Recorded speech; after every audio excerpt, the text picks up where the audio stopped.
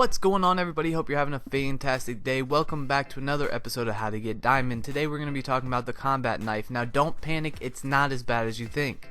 I'm going to be going over a few different things, so stick around. I hope I can help you. I hope you can pick up a few tips that I learned along the way struggling with the combat knife. Now the first thing to keep in mind is you're going to die a lot, but it's not going to take as long as you think. So just hang in there, and I think these tips will help.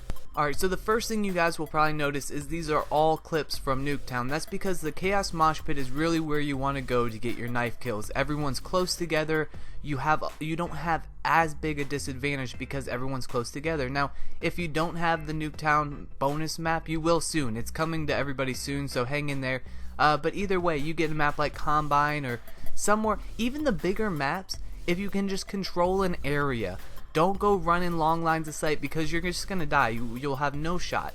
But if you can control an area, even on a small map like Nuketown, if you can control the rooms, you're going to be in good shape. So definitely the Chaos Mosh Pit's where you want to go. Another thing, Uplink seemed to be a really good game mode for me. Now it came up just in the Chaos Mosh Pit and I almost backed out because I'm like, Uplink's going to be tough. But it actually ended up being really good because you know where they're going to be, right? You can plan on them picking up the ball, and if they do get the ball, you can plan on them going through a certain way, the best routes to get to the uplink. So uplink's actually a good game mode. Don't be scared of uplink.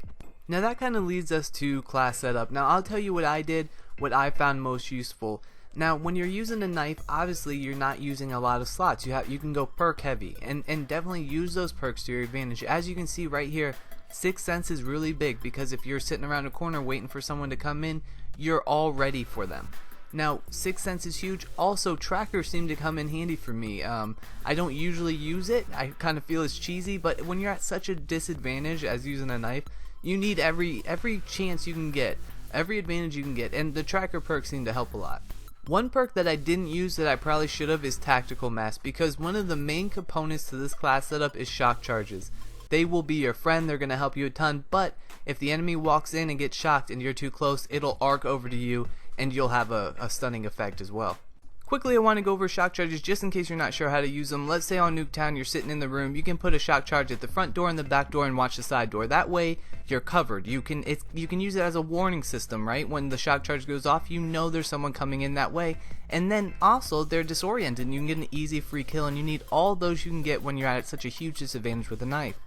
Also, if you're like me and you have a hard time camping, which gets really frustrating and annoying for me, and you play a game like Uplink, you can put the shock charges upstairs where they're likely to come in on Nuketown, or you can just put them in high traffic areas.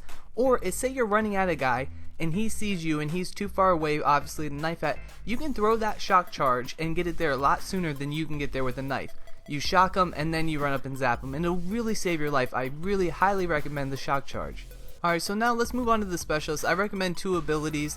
You definitely don't want to use a weapon because you're not trying to get specialist weapon kills, you're trying to get knife kills. But the two abilities I really suggest, one is kinetic armor. That's my favorite because when you're running up trying to knife someone, you're probably going to get shot, right? I mean, they can shoot you and you can't shoot back. So you're probably going to get shot. You hit the kinetic armor, it'll give you the ability to still get the guy after he shot you. So kinetic armor is probably my favorite.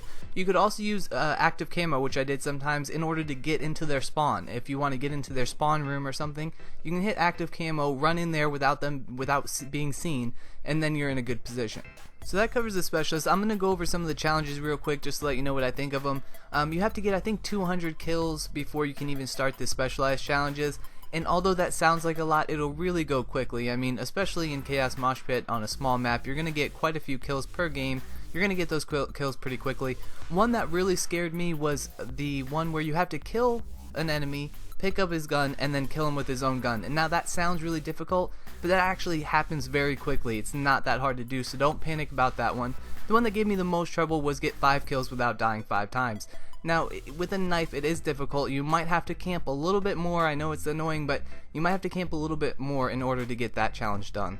Well, that's going to do it for this episode. As always, if you have any questions, leave them down in the comments below. I'll be more than happy to answer them for you. If you have a tip to add, put them in the comments. I'd love to hear them. I hope you guys have a great day. I will add this to a playlist, so if you missed the first episode on how to do snipers, that'll be in there. And I'm going to go over all the different classes, so we'll get all of them done. We can do this together, and you'll have Dark Matter before you know it. I'll see you guys later.